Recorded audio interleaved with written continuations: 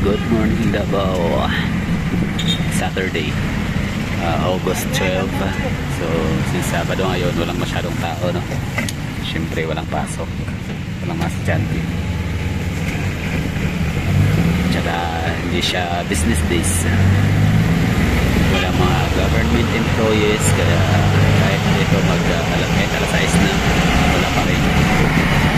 Kaya hindi, marami pa rin sasakyan. Kahit Sabado. Di ba dapat wala? Tapos time check tayo, 6:16. Di ba dapat wala pa tao, no? Pero madami, no? Madaming sasakyan.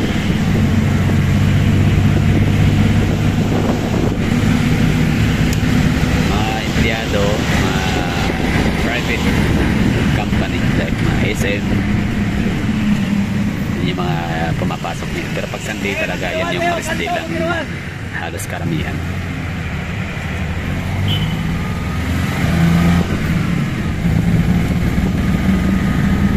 So, sino nga bang nakakalam dyan sa sa phase 5 ng underground cabling sa Davao? Is it Magallanes or Boulevard or MacArthur Highway? Ano sa tingin nyo? Or GP Lauren? Ano sa tingin nyo ang underground cabling system?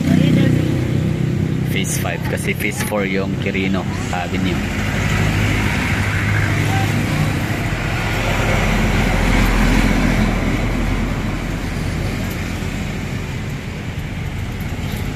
Grabe ang Boulevard. Dati ano pa dito, no? Medyo maraming tao kasi maraming mga nagtitinda sa gilid-gilid yung gaya nito, for example yan. Ang tawag yan, yung parang hindi naman talika pa, basta yung bahay na malapit lang sa kalsada. Pero dahil nga sa ginagawang road widening, tapos ginagawang create sidewalk, hindi talaga wala na yung mga bahay-bahay. Ito naman siya, mga residential area pa dito sa may Trading Boulevard. Maliit lang to na na lugar, pero napakadaming tao. Isang barangay na siya.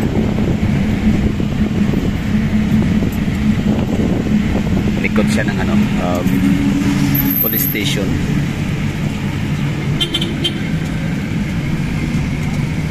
Basta itong convenience na yan ngayon, convenience store or anong tawag dyan, basta 24/7 siya. Laging walang lagi siyang pabago-bago. Kasi ito naman wala pa masyadong occupy.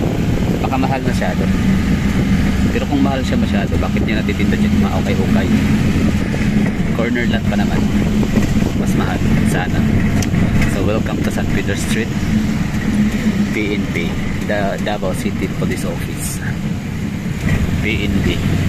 Yan yung mga landmarks dito sa Davao. PNP, City Hall, ito San Pedro Cathedral. Pero wala nang nakalagay ng karatulad na San Pedro Cathedral kasi alam na yan ito sinabi San Pedro. Pag sinabi San Pedro, dyan na makikita yung mga maraming establishment.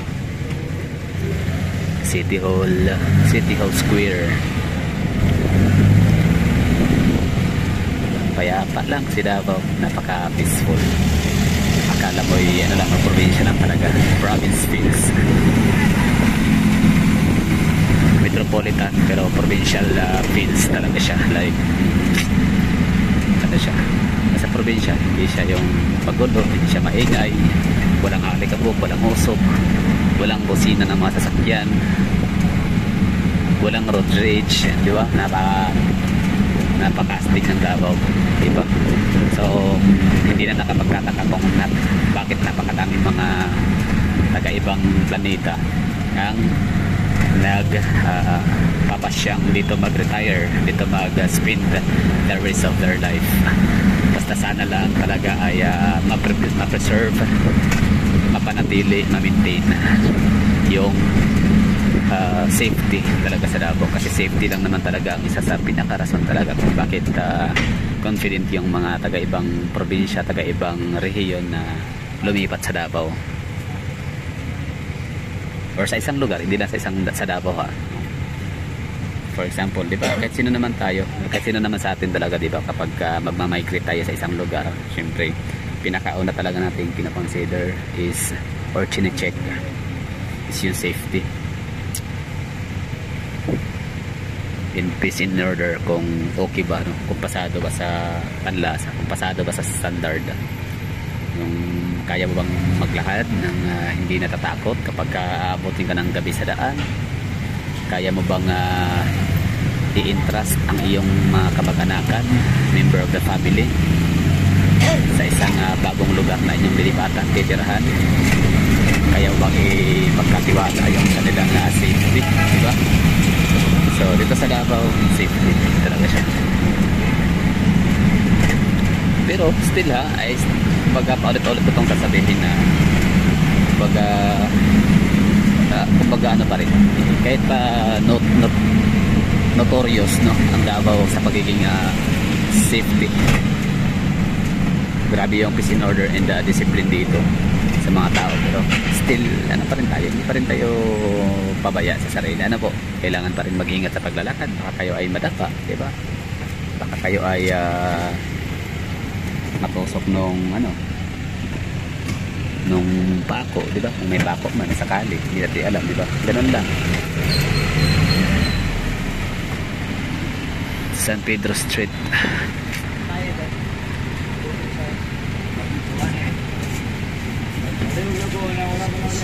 Good morning, diba? So literal na good morning Davao.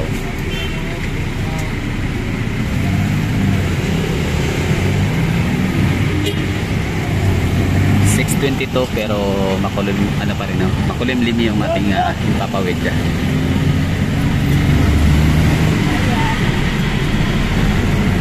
Diba? Para na kayang sumakay ng jeep. Ganyan tayo dito sa ating channel. Kung saan ako magpunta, sama ko kayo, sabay-sabay tayo.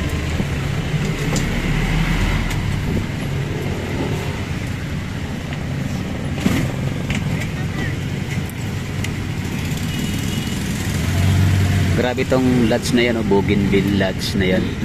Kumbaga hanggang ngayon andyan pa rin, hindi talaga siya nawawala. Naalala ko kasi dati pagkatapos mag high school, syempre job hunting, isa yan sa talagang pinasahan ko ng biodata para magtrabaho as room boy. Galing. Hanggang ngayon andyan pa rin nananatili. Naalala ko lang, gano'n naman talaga kapag first graduate ka, high school or college, talagang wala kang paki kung anong trabaho meron, wala kang paki kung anong magkano yung sahod, kano yung trabaho, basta ang mahalaga may trabaho ka. Kumbaga for experience, stepping stone, kumbaga, di ba? Yun kasi yung yun talaga yung sistema natin sa Pilipinas, stepping stone.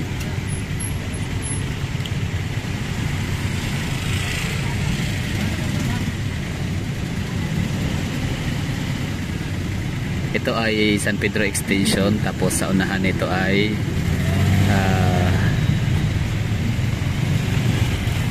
wireless, no? Ang wireless ba na kalye is siya? Father Silga or wireless. Kasalog yan wireless, Father Silga, San Pedro Extension, mga ganun yun. Ito San Pedro Extension na to dito. So ibig sabihin ang San Pedro Extension is dalawa. Itong San Pedro Extension sa may Bangkiruan area, kung saan ito si nanay bababa, yan, mamaling si nanay. Sumakay na siya ng Route 11 kasi ang ibang mga ruta ay kung yung papuntang Bangkiruan. Grabe, ito yung problema talaga natin sa Davao, no? Ito yung problema namin sa Davao, ha? Sa mga hindi taga Davao, so at least alam niyo na kung anong problema namin dito sa Davao. Itong kailangan talaga pag nasa 5'5", 5'6", 5'7" ang height dito, talagang sakit sa patong, sakit sa likod, kakayo po papasok palabas. Alam ba naman natin sa Pilipinas kung sa atin yung pag may sasakay talaga patras yung mga pasahero, so naging bakante yan sa dulo, tapos sikit, diba, o siksikan, tuhod, so kailangan slanting yan, kasi kung ito si kuya kunyari gaganito siya, upo siya ng street kagaya sa akin, hindi mapang-abot kami, walang madadaanan yung tao.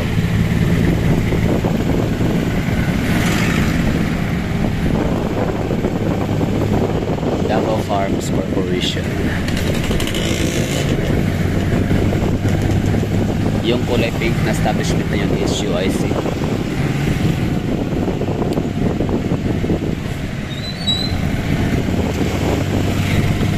Malvar, General Malvar Avenue.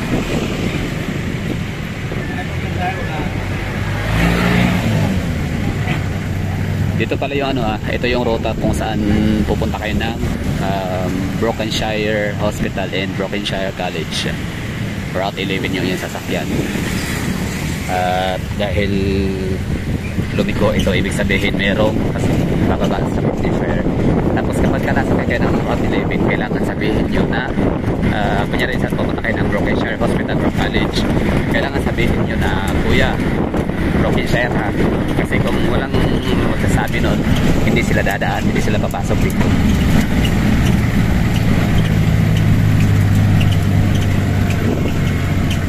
Diba? Bukid na oh.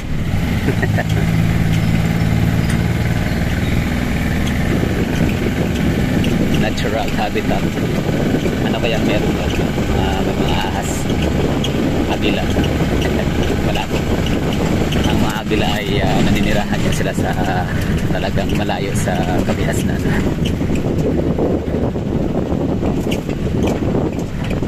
So ito na, Brokenshire Hospital entrance. Accident in emergency.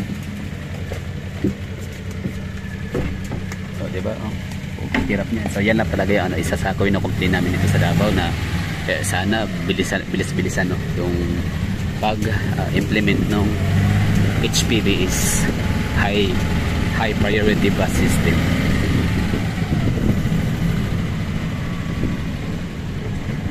Kasi sakit na sa likod, kakayuko, makadaan na.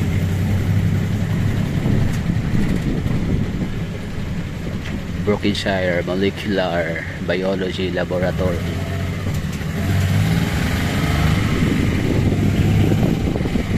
Fire hydrant.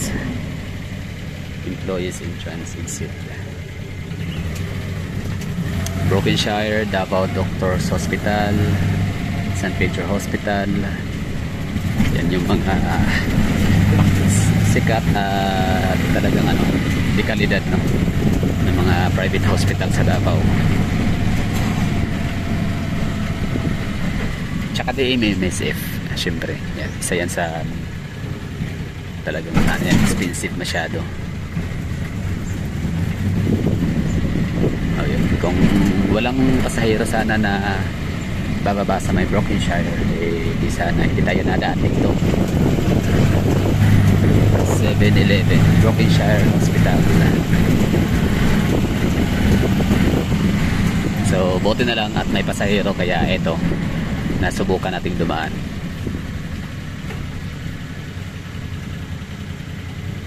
Brokenshire College. Tapos unahan nito ay Madapo Hills. Tapos diretso sa may Circumferential Road all the way to Garcia Heights. Ayun, isang beses pala ako nakarinig ng busina. Binusinahan ni kuyang driver na jeep, si taxi driver. Tahimik kasi maaga pa, alas 6. Alas 6:29 tsaka Sabado. Para rin kaya sumakay for free. Diba? Maliban na lang kila Ma'am Jackie Schafferhofer and kila Boss Mike and Bird, kasi talagang namamahagi sila ng kanilang blessings talaga. Maraming salamat, appreciated talaga yan. Nakakakilig no, na nakakatuwa yung feelings na nakatanggap tayo ng pakunan na grasya, materials. So much means a lot to me sa content creator na bumaasa sa hindi kami bayad, wala kaming sabot, like monthly basis, nakabase na kami sa revenue na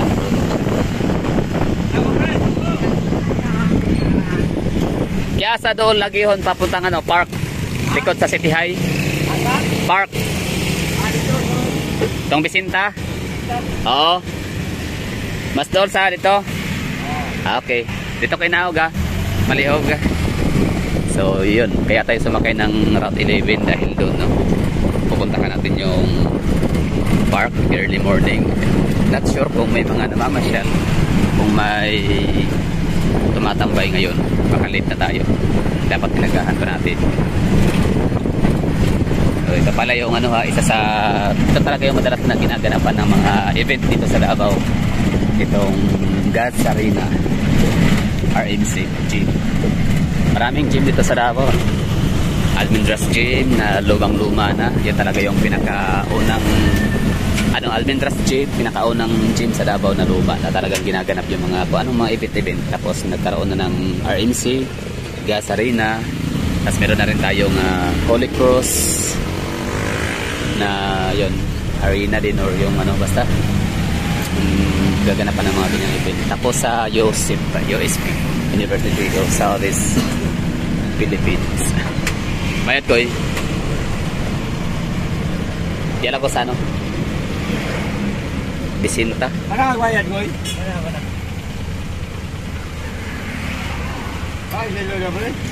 Lapat. Ayun si Kuya, medyo maliit-liit siya, no? Hindi siya masyadong nahihirapan na tumayo dito. Yumuko para lang makalabas, makapanaog sa jeep. Ano tayo mga 5'5", 5'6", 5'7". Mahirap. Anyway, shout out dyan sa mga nag-alma mater ng City High. Ito yung eskwelahan niya dito.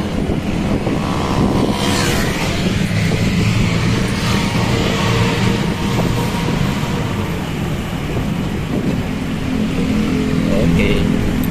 Dera. Adili pa ba? Bisinta Park ha, katong bago. Okay. Dim Plains. Okay. Dali Oh, baktas na dol ra man na. O, di ba? So, yun lang, bali makapunta na tayo dito. Lapit lang naman eh. Thank you for watching. Sana nagustuhan nyo yung ginawa nating tour vlog or road trip via Route 11 from Rojas Boulevard. Rojas Boulevard, tinutukoy ko dyan is intersection siya. Rojas Avenue and Boulevard is Rojas Boulevard. Hindi yung Rojas Boulevard ng Manila. Tapos, ano pa ba? Rojas Boulevard, papunta rito sa may, anong kalye dito? Walang nakalagay, wala nakalagay. Parang Panganiban. Anyway, so yun lang siguro na. Thank you for watching and I have to say bye-bye and ingat. So, ibig sabihin ito, naging guide na rin to ha, para sa inyo kung pupunta kayo dito sa Doña Bisinta Open Park.